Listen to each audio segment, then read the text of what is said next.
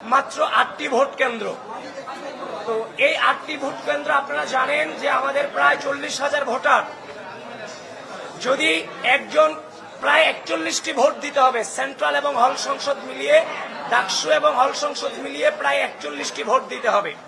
41টি vote দিতে গিয়ে প্রায় 7 থেকে 8 মিনিট সময় লাগবে। তো 1 ঘন্টায় একটা বুথে 40 থেকে 50 এরকম 40 থেকে 50টি ভোট সম্ভবত দেওয়া যেতে পারে। তো এভাবে যদি 20টি বুথ থাকে তাহলে 1100-1200 ভোট কাস্ট হওয়ার সম্ভাবনা আছে। সুতরাং বর্তমান যে প্রেক্ষাপট, এই প্রেক্ষাপটে এই 8টি ভোট কেন্দ্রের মধ্য দিয়ে কোনোভাবে 40,000 স্টুডেন্টের ভোট কাস্টিং কোনোভাবেই সম্ভব নয়।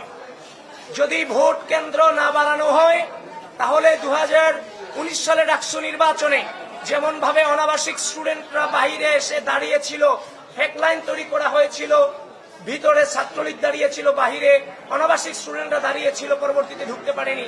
কিন্তু এবার রিয়েল লাইন হয়েও অনাবাসিক স্টুডেন্ট কিন্তু দেরিতে যারা আসবে তারা ভোট কেন্দ্র হয়তো বা নিজেদের ভোটটা প্রয়োগ করতে পারবে না।